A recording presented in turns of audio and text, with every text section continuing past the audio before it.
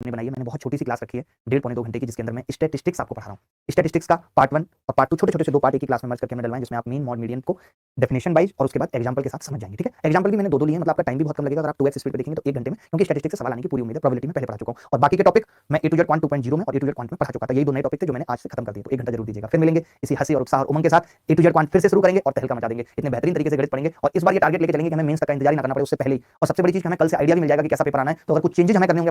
और शुरू करते हैं, जैसे जैसे मैं बोलूंगा सब कुछ लिखा आता रहेगा। स्टैटिस्टिक्स का मतलब होता है सांख्यिकी, और अभी हम बेसिक बेसिक चीजें इसमें जानेंगे। जैसे अरे प्रोबेबिलिटी कल तक हो जाएगी भाई, आप देखो तो सही टॉपिक निकाल के, कैसी बातें कर रहे हो। अभी एक वीडियो आपको डाल रहा हूं जिसमें बेसिक है और उसके अलावा पार्ट 2 कल पढ़ाऊंगा, ठीक है, डोंट वरी। मैंने कहा मीन क्या होता है, तो आपने कहा average of all the numbers in given data, आंकड़ों में सभी संख्याओं के औसत को मीन कहते हैं। मीन होता क्या है? मीन बेसिकली एक तरीके से आपको ऐसे समझना है कि एवरेज ही है मीन, कुछ नया नहीं है, एवरेज ही है। और आप सोचो कि इस टाइप पे भी सवाल डायरेक्ट पूछे गए। मैंने क्या बताया कि मीन कुछ नहीं है, average of all the numbers in given data, आंकड़ों में सभी संख्याओं के औसत को क्या कहते हैं? मीन कहते हैं। जैसे कैसे छोटे छोटे से सवाल की अगर मैं बात करूं तो पेपर में पूछे गए मीन पे, आप देखेंगे जैसे ऐसे छोटे छोटे सवाल कि निम्नलिखित आंकड़ों के माध्य की गणना करिए, calculate the mean. NTPC railway में सवाल पूछा गया, तो हम क्या करेंगे, हमें पता है इतने सारे ऑब्जर्वेशन हमने करे, मीन कितना आ जाएगा? मीन एक तरीके से एवरेज है। क्या आएगा भाई? मैंने जोड़ दिया इसको, इन दोनों को जोड़ूंगा कितना हो जाएगा? 2 5 7 8 हो जाएगा, 8 15 और 7 22 और 23 और 8 कितना हो जाएगा? 31 31 और 9 40.5 आ गया इस सम इसका।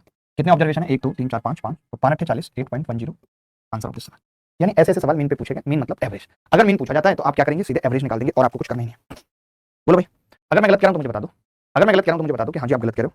जैसे आपसे ऐसा सवाल भी पूछा गया है, यूपी पीसीएस के एग्जाम में एक सवाल पूछा गया, बहुत छोटा सा सवाल है कि mean of x1, x2 is 7.5, mean of and mean of x1, x2, x3 is 8 find x3। कितना लल्लू सवाल है, तो हमें एवरेज पता ही है। हमें पता है कि अगर मैं दो संख्याओं का मीन निकालूंगा तो x1 प्लस x2 बटे 2 बराबर 7.5 होगा।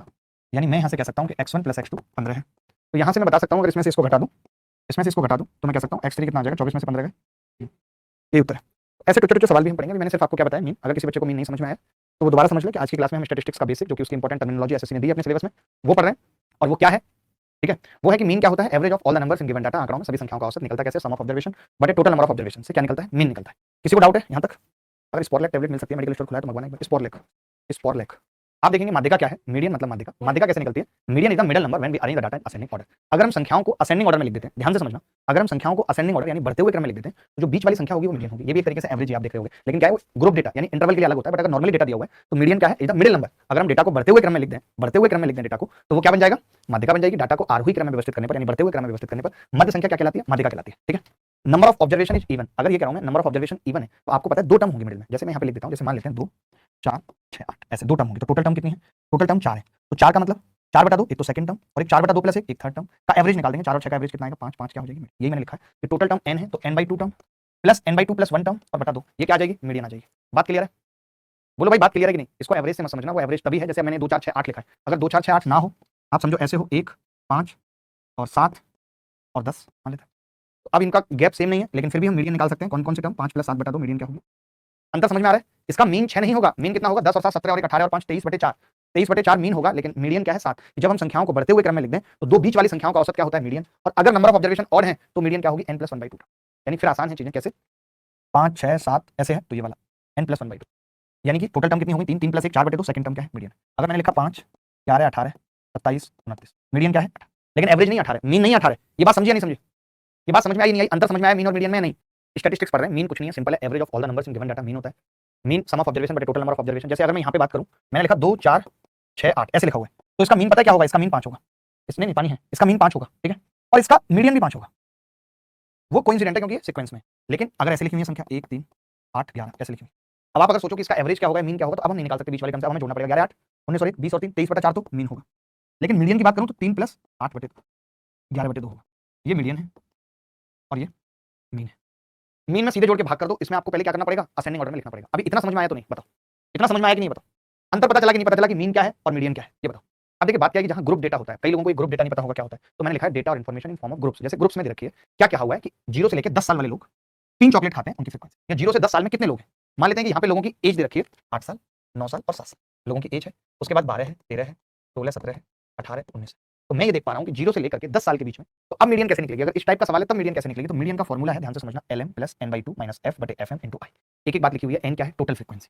टोटल फ्रीक्वेंसी 6 और 3 यहाँ पे 9 है। f क्या है? Cumulative frequency of the class before the median class. Median class से पहले की क्युमुलेटिव फ्रीक्वेंसी है, हिंदी में कहते हैं संचयी बारंबारता। भी निकालना सिखाऊंगा, क्युमुलेटिव फ्रीक्वेंसी भी निकालना सिखाऊंगा। ठीक है, इन्होंने लिखा हुआ है lm क्या है? Lower boundary of the class median. Median जिस क्लास में है, मान लेते हैं कि मैं अगर इस पे मीडियन की बात करूं तो मीडियन क्या होगी? 8 9 7 से लेकर के यहाँ 3 4 5 6 7 8 9 9 का मतलब 9 प्लस 1 बटा 2 5वां नंबर, ये मीडियन होगी, ये मीडियन होगी। अगर असेंडिंग ऑर्डर में लिखेंगे, ध्यान से समझो एक एक बात, असेंडिंग ऑर्डर में लिखेंगे तो ये मीडियन होगी। अब ये मीडियन कहां पड़ रही है, इसमें, और इसकी लोअर लिमिट क्या है 10, तो ये LM है। LM क्या है, लोअर बाउंड्री ऑफ 10, 10 आ गई, क्योंकि इसकी लोअर बाउंड्री क्या है, जहां पे मीडियन है वो 10 है। ये बात यहां तक क्लियर है। FM क्या है, frequency of the class median. अब मीडियन क्लास की फ्रीक्वेंसी कितनी है, 6, ये FM है। ये बार बार मैं फॉर्मूला देखूंगा, जब सवाल कराऊंगा आपको बताऊंगा कि फॉर्मूला ऐसे याद होगा। आई क्या है, इंटरवल क्लास विड्थ। आप बताओ 0 से 10, 10 है विड्थ, 10 से 20, 10 है विड्थ, तो आई की वैल्यू क्या है, क्लास की विड्थ कितनी है, आप कहां से कहां तक ले रहे हो क्लास, यानी अपर boundary minus lower boundary of any interval, 20 में से 10 घटा दिया, इंटरवल यानी क्लास विड्थ। ये समझ में आया नहीं आया? अगर ये सवाल पूछा जाएगा, एक ऐसे ग्रुप डेटा आपको दे देगा और कहेगा कि फ्रीक्वेंसी निकालो, तो निकाल पाएंगे या नहीं? एक सवाल कर लेते हैं, बोलो भाई।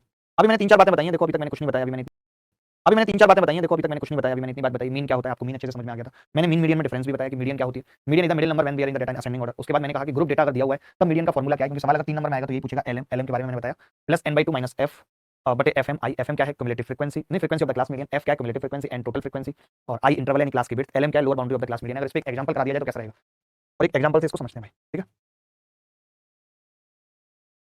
ऐसे आएगा सवाल पेपर में कि find the median of the find the median of the frequency distribution, find the frequency distribution या फॉलोइंग डिस्ट्रीब्यूशन, ठीक है। चलो भाई, अब मैं एक चित्र बना रहा हूँ, यहाँ पे देखना, अभी बाद में बंद कर लेंगे नीचे, यहाँ पे साइज लिख लेते हैं और यहाँ पे फ्रीक्वेंसी, यहाँ साइज, और फिर देखते हैं कि कौन कौन मीडियन निकाल पाता है, किस किसको फॉर्मूला अप्लाई करना आता है, नहीं आएगा तो मैं बताऊंगा। 10 से 16, 16 से 18, 18 20, 20 30, 30 35, 35 40, 5 6 7, 5 6 7 9। आपको इसका मीडियन बताना है क्या होगा जल्दी।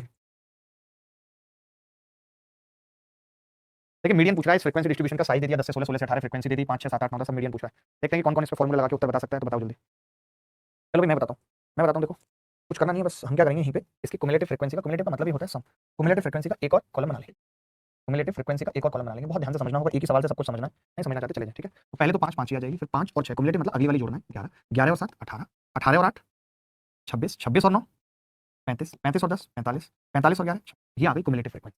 इसको क्या बोलते हैं दोस्त, क्युमुलेटिव फ्रीक्वेंसी। सर लिख तो रहे हैं पर कुछ आ नहीं रहा समझ, देखिए नया टॉपिक है, नए टॉपिक को समझना अपने आप में बड़ी बात होती है, इसलिए मैं बहुत कम पढ़ा के जाऊंगा। मैं 1 घंटे में 8 बातें बताऊंगा, 8 सवाल कराऊंगा, और उसमें से पेपर में फंसेगा भी, और बहुत आराम से कराऊंगा, दोबारा दोबारा रिपीट करूंगा। डरने की या टेंशन की कोई भी बात नहीं है, डरने या टेंशन की कोई भी बात नहीं है, परेशान होने की।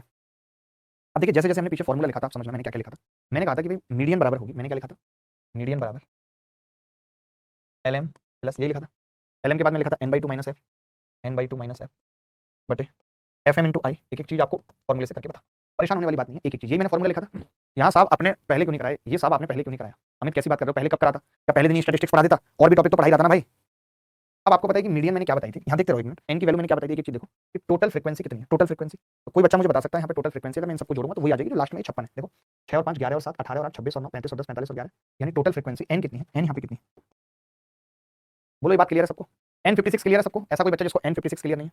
अब देखिए मैंने क्या लिखा था, f क्या है, cumulative frequency of the class before the median class, तो पहले मीडियन क्लास निकालेंगे।